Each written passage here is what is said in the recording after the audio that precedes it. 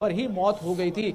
तो अभी इस पूरे इलाके को एक तरीके से घेराव इसका कर दिया गया है, बैरिकेटिंग यहाँ पर पूरे इलाके में कर दी गई है और सीधे तौर पर इस पूरे इलाके से अब ऐसा जो है इन्वेस्टिगेशन ऐसी इस तरीके से की जा रही है कि कोई भी सबूत जो है वो खराब ना हो। फॉरेंसिक टीमें जो है मौके से तमाम जो सैंपल्स हैं वो इकट्ठा कर चुकी है और साथ ही साथ यूपी एटीएस मौके पर आई है। तो अभी अगर आप देखें तो दायरा जो है इन्वेस्टिगेशन का वो बढ़ता जा रहा है। यहाँ पर डागर जी मौजूद है। डागर जी मेरे साथ, डागर जी मेरे साथ, मेरा नाम धर्मेंद्र डागर है। एक साथ कर लो, कोई नहीं, पीछे हो जाओ। मेरा सिक्योरिटी का काम है। और आप यहाँ डागर जी क्या हुआ था बताइए। जी मौके पे था, मैं मार्केट में ही था। कितने बज रहे थे उस वक्त? 6:50 पे। तो क्या देखा आपने सबसे पहले? क्या देखा? सबसे पहले धमाका देखा, धमाका हुआ, गाड़ी उड़ी हवा में। जब देखा लोग वाग पीछे भाग रहे हैं तो मैं पीछे ना भाग के बचाने की कोशिश करा। धमाके में से भी कोई बच जाए एक आध, पर उसमें से कोई नहीं बच पाया जो धमाका था। बाकी गाड़ियों में जो आग लग रही थी उसमें से भी बॉडी निकाल पाए, जिंदा एक ही निकाल पाए, घायल हम। तो कितनी गाड़ियों में आग आपने देखी? 10 से 15 गाड़ी मौके पे जली हैं। जो मौके पे सीएनजी का ब्लास्ट नहीं कह सकते, अगर सीएनजी का ब्लास्ट है तो हमारे सामने सीएनजी गाड़ी जल रही, स्विफ्ट डिजायर गाड़ी, कमर्शियल नंबर गाड़ी जल रही है। उसका सीएनजी का ब्लास्ट इतना तगड़ा नहीं था, जबकि खाली एरिया पड़ा जब ब्लास्ट होने के बाद, तो उसमें कैसे कह सकते हैं कि सीएनजी ब्लास्ट है। पहले एक गाड़ी में धमाका, पहले एक गाड़ी में प्राइवेट नंबर में जो धमाका हुआ, जो नदीम खान के नाम से, ऑनर के नाम से थी गाड़ी, उसमें इतना धमाका हुआ कि उसने आसपास की गाड़ी सारी जला दी। ई रिक्शा जो चले हुए हैं उसमें 5-5 सवारियां हैंड टू हैंड वहीं ऑन द स्पॉट जल गई, कोई पता नहीं है। कोई ऑटो जा रहे हैं वो जल गए। मैंने कैमरे की वीडियो भी देखी है, यहाँ जो मौके पे कैमरा लगा उसकी भी वीडियो देखी।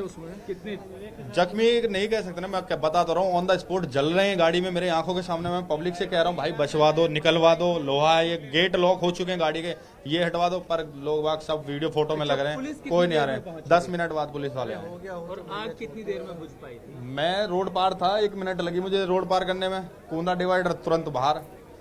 अच्छा डागर जी, आप जो यहाँ पर आए थे वो क्या करते हैं आप यहाँ पर, किस तरीके से आप? सिक्योरिटी का काम है जी। मैं यहाँ मार्केट में आया था। मार्केट में आए थे जी। तो आपने वो धमाका सुना, खुद देखा? जी देखा, मैं सामने ही था, रोड के मेट्रो गेट नंबर 1 के सामने ही था। आपको डर नहीं लगा? क्योंकि किस बात का लगेगा, सिक्योरिटी का काम क्या मतलब है, डर के लिए थोड़ी नहीं कराएं। सिक्योरिटी का काम है कहीं भी बढ़ जाना। आपके हिसाब से अंदाजा कितने आदमी थे? अंदाजा किस में, ये बताओ। गाड़ी में जो भाग रहे थे मौके पर कितने लोग? मौके पे तो पब्लिक इतनी थी कि आप इतनी फोर्स, और ये जो पब्लिक है ये भी कम है।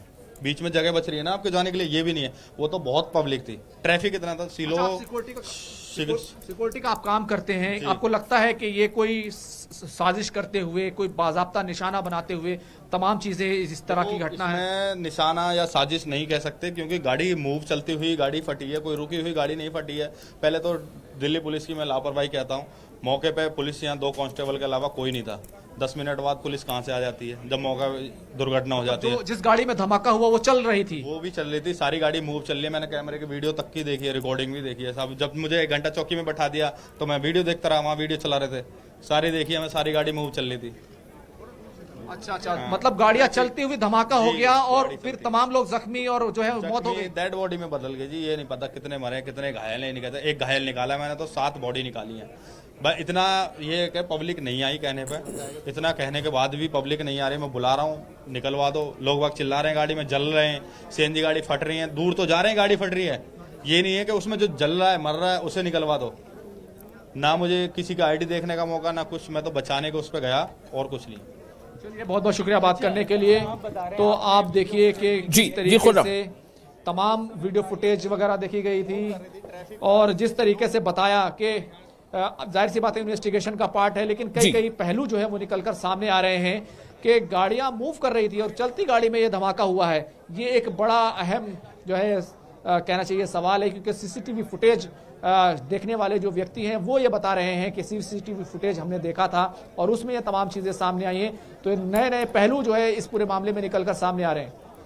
जी बिल्कुल खुर्रम, ये एक और अहम बात यहाँ पर ये उन्होंने बताया कि लोग जो है वहाँ पर भीड़ इकट्ठा भी हो गई, लोगों ने वीडियोस बनाना शुरू कर दिए, लेकिन मदद के लिए बहुत कम हाथ बढ़ पा रहे थे। हालांकि वो खुद कह रहे थे, अभी जिनसे आप बात कर रहे थे, कि हमने कई लोगों को बचाने की कोशिश की है, लेकिन उन्होंने इससे पहले जो आपने जिस एक और बंदे से बात की तो उसका ये कहना था कि 5 से 7 मिनट के अंदर पुलिस वहाँ आ गई थी, एम्बुलेंस आ गई थी, गाड़ियाँ पहुँच गई थी। हालांकि जिस वक्त धमाका हुआ उस वक्त वहाँ पर सिर्फ 2 पुलिस वाले थे, जैसा कि अभी आपको यानी शाहिद बता रहे थे। खुरम, इस वक्त वहां पर क्या सिचुएशन है? क्या वहां पर पुलिस बल अभी भी वहां पर आप मौजूद देख पा रहे हैं? क्या लोगों को रेस्ट्रिक्ट किया जा रहा है आने जाने से? कितने बड़े एरिया में वहां पर उसको इलाके को घेरा गया है? और जो कार जिससे धमाका हुआ था वो क्या अभी वहां पर मौजूद है या उसको ले जाया जा रहा है? एफएसएल की टीम ले जा रही है?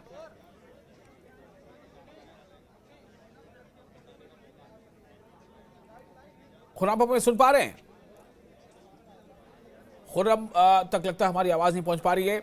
हम फिर कोशिश करेंगे बात करने की। फिलहाल आप ये 3 तस्वीरें देखिए। इन 3 तस्वीरों को देखकर आप अंदाजा कर सकते हैं कि क्या वहां पर हालात रहे होंगे। कई वहां पर एनी शाहिदीन अभी भी वहां मौजूद है, यानी आई विटनेस, एनी शाहिदीन मतलब आई विटनेस जो उस वक्त वहां पर मौजूद थे, वो तमाम बातें बता रहे हैं। और जो अभी जानकारी सामने आई है फिलहाल, जो वहां पर मौजूद लोगों से जो जानकारी मिल रही है कि जिस कार में भी धमाका हुआ, जो i20 नाम की कार थी, वो कार जो है वो मूविंग कार थी, यानी चलती हुई कार में यह धमाका हुआ।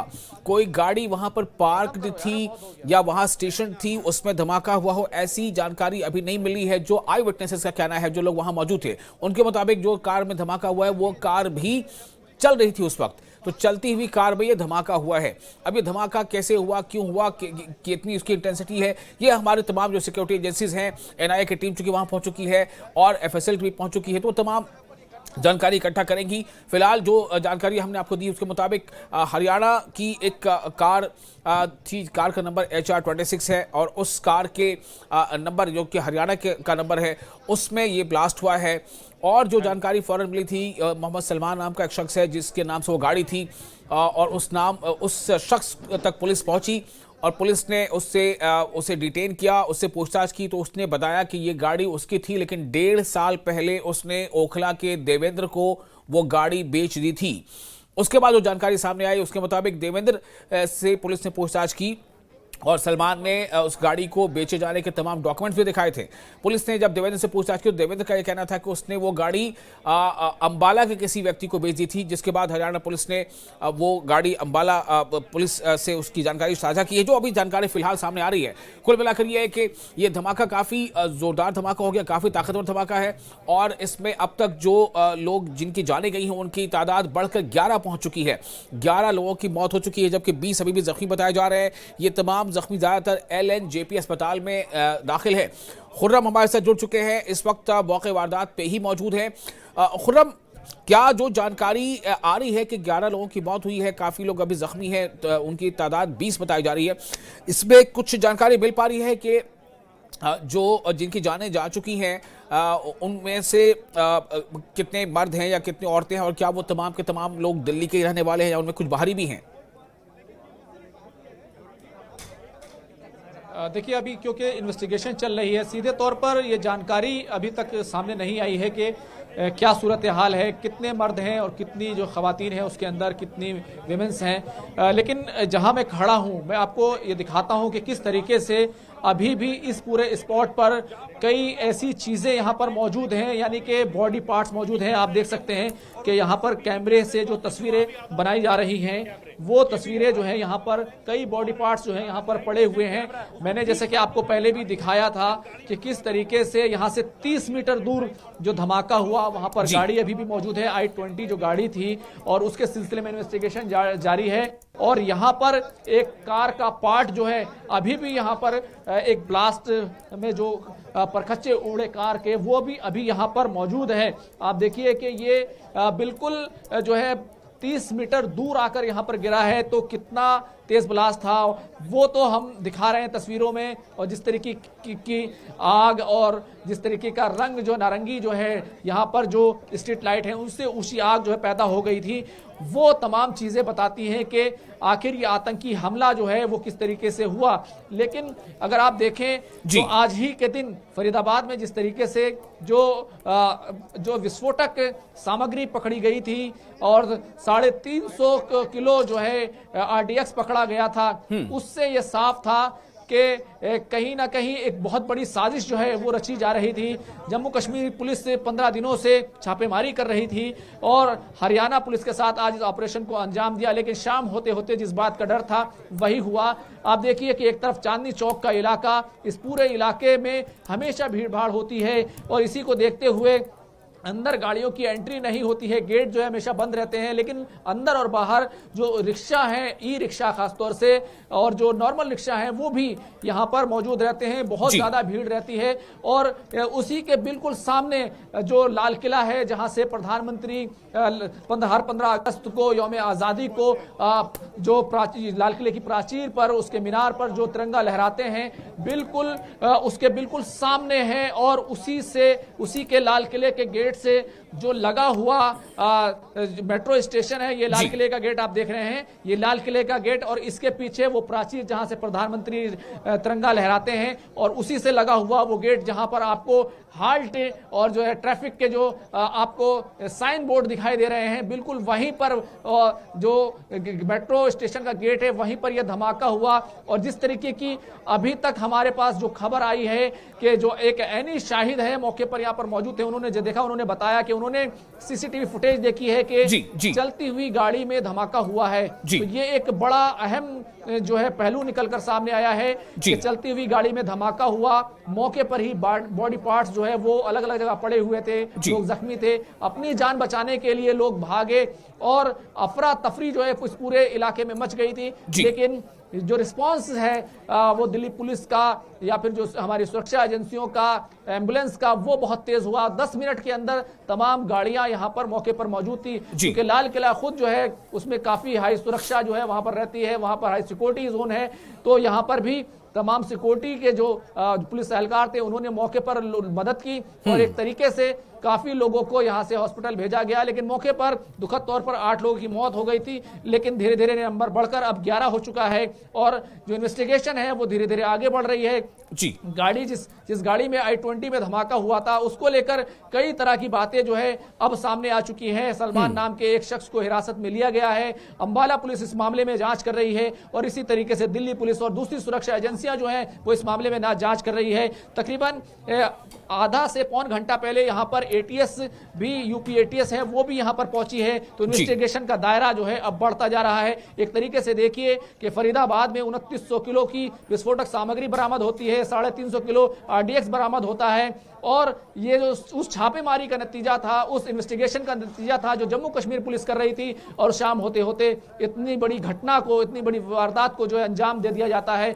तो कुल मिलाकर ये एक आतंकी हमला है, इसकी पुष्टि हो चुकी है और अब इस मामले में जो इन्वेस्टिगेशन है वो आगे बढ़ रही है और हर चीज को देखते हुए पुलिस अभी तक इस पूरे मामले में कुछ नहीं कह रही है।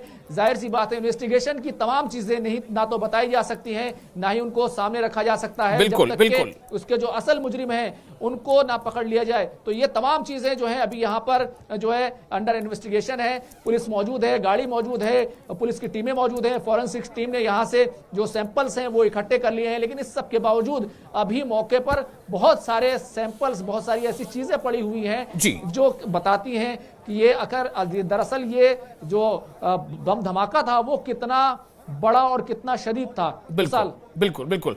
खुर्रम, 2-3 बातें यहाँ पर हैं। एक तो ये कि चूंकि आप मौके पर मौजूद है इसलिए आपसे मैं ये सवाल करना चाह रहा हूँ, चूंकि जब ये खबर आई थी ये बताया गया था कि जिस कार में धमाका हुआ वो कार चलती हुई हालत में थी, ये तो बताया गया था, लेकिन ये बात सामने आई थी कि उस कार में धमाके की वजह से 2-3 गाड़ियों में आग लगी आसपास की। तो मैं ये जानना चाहता हूँ कि क्या वाकई 2-3 गाड़ियां ही डैमेज हुई हैं या ज्यादा? आप कितनी गाड़ियों को वहां पर महसूस कर पाए, देख पाए कि कितनी गाड़ियों को सीधे नुकसान पहुंचा? और क्या जो हलाकतें हुई हैं वो कुछ इस जानकारी मिल पाई है कि वो तमाम के तमाम जो गाड़ियों के अंदर बैठे लोग थे क्या उनकी ही हलाकत हुई है, या फिर जो आसपास कुछ लोग वहां पर, चूंकि बहुत बिजी एरिया रहता है वो, तो जो पेडेस्ट्रियन भी रहे होंगे आसपास में उनमें से भी क्या कुछ लोकल्स भी हैं? कुछ तो जानकारी मिल पा रही होगी आखिर किसकी मौत हुई है वहां पर?